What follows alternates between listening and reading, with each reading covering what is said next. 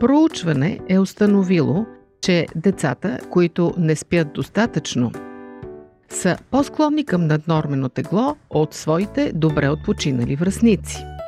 Изчислено е, че едночасово намаляване на нужния за едно денонощие REM сън почти утроява риска от наднормено тегло и затлъстяване при детето. Това е факт, но има надежда. Върнете приказката преди лягане, молитвите и часа за лягане. Установяването на редовна рутина гарантира, че детето получава достатъчно сън и така рискът от затлъстяване спада. За мълчуганите повече сън е равно на по-добра форма.